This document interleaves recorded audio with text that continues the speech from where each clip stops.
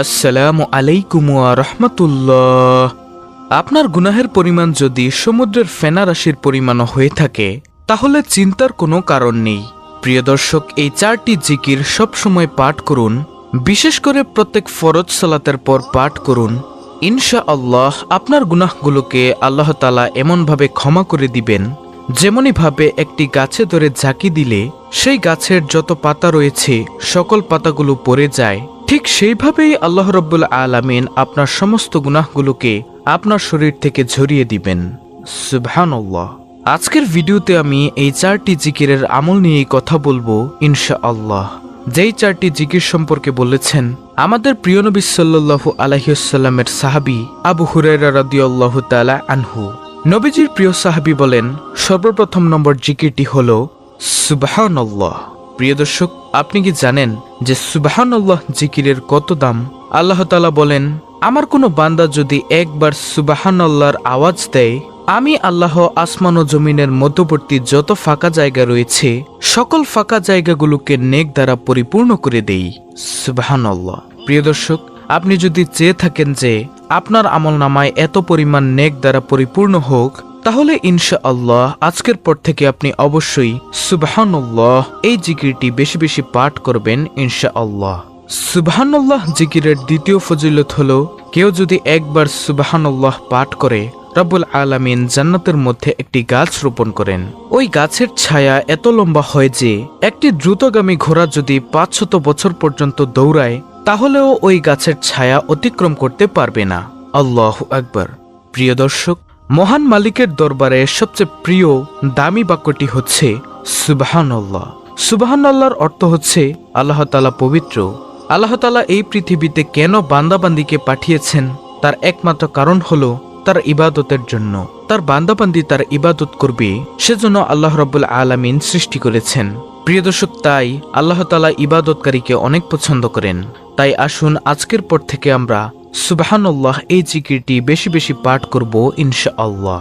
নবীজির সাহাবী আবু হুরায়রা রাদিয়াল্লাহু তাআলা আনহু বলেন, দ্বিতীয় জিকির হলো আলহামদুলিল্লাহ। আলহামদুলিল্লাহ শব্দের অর্থ আল্লাহ তাআলার নিয়ামতের প্রশংসা করা। মহান মালিক রব্বুল আলামিন পবিত্র কুরআনুল কারিমে বলেন, হে নবী, আপনি আপনার সকল উম্মতদেরকে জানিয়ে দিন, যেই উম্মত অর্থাৎ যে বান্দা আমি আল্লাহর নিয়ামত পেয়ে নিয়ামতের শুকরিয়া আদায় করল না, আমি তার নিয়ামতকে ছিনিয়ে নিয়ে যাই। আর যে আমার নিয়ামত পেয়ে নিয়ামতের শুকরিয়া আদায় করল, আমি তার নিয়ামতকে আরো বৃদ্ধি করে দেই। সুবহানাল্লাহ। অর্থাৎ প্রিয় দর্শক, আপনাকে সহজভাবে বুঝাই, আপনি যখন খাবার খাবেন, খাবার খাওয়ার শুরুতে বলবেন বিসমিল্লাহ, এবং খাবার খাওয়ার শেষে আপনি বলবেন আলহামদুলিল্লাহ, অথবা যে কোনো রিজিক আপনি ভক্ষণ করার পরে বলবেন আলহামদুলিল্লাহ। দেখুন, এই পৃথিবীতে শুধু মানুষ ব্যতীত যত প্রাণীকুল মাখলুকাত আল্লাহ রাব্বুল আলামিন সৃষ্টি করেছেন, সকল কিছুই আমাদের উপকারের জন্য রব্বুল আলামিন সৃষ্টি করেছেন।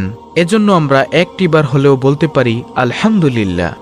আমরা যদি আল্লাহ তাআলার প্রশংসা বেশি বেশি পরিমাণে করি, ইনশাআল্লাহ রব্বুল আলামিন আমাদেরকে উত্তম যাজা খায়ের কল্যাণ দান করবেন ইনশাআল্লাহ ইনশাআল্লাহ। প্রিয় দর্শক, নবীজির সাহাবী হযরত আবু হুরায়রা রাদিয়াল্লাহু তাআলা আনহু আরো বলেন, তৃতীয় নম্বর জিকির হলো লা ইলাহা ইল্লাল্লাহ।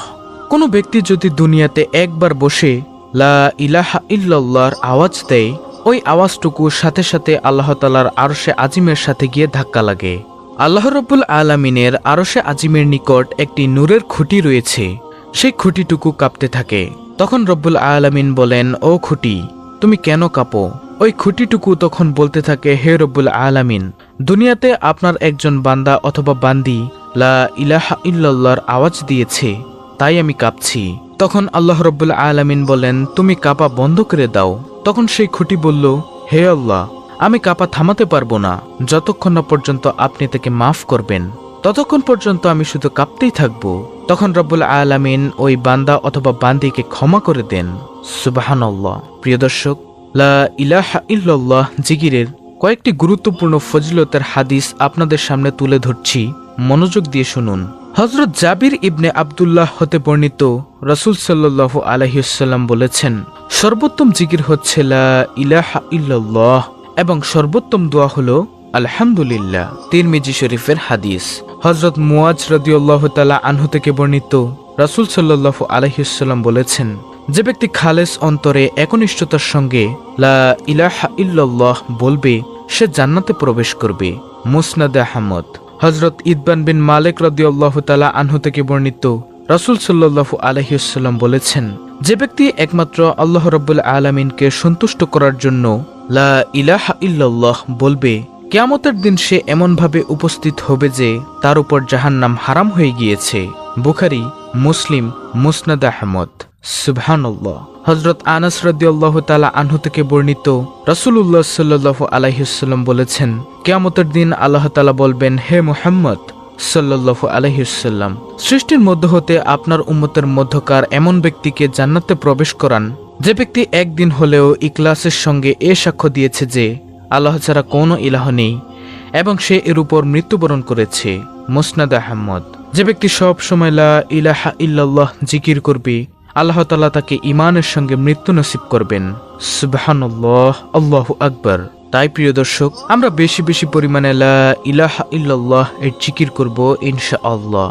নবীজির সাহাবী হযরত আবু হুরায়রা রাদিয়াল্লাহু তাআলা আনহু বলেন, সর্বশেষ জিকির হলো আল্লাহু আকবার।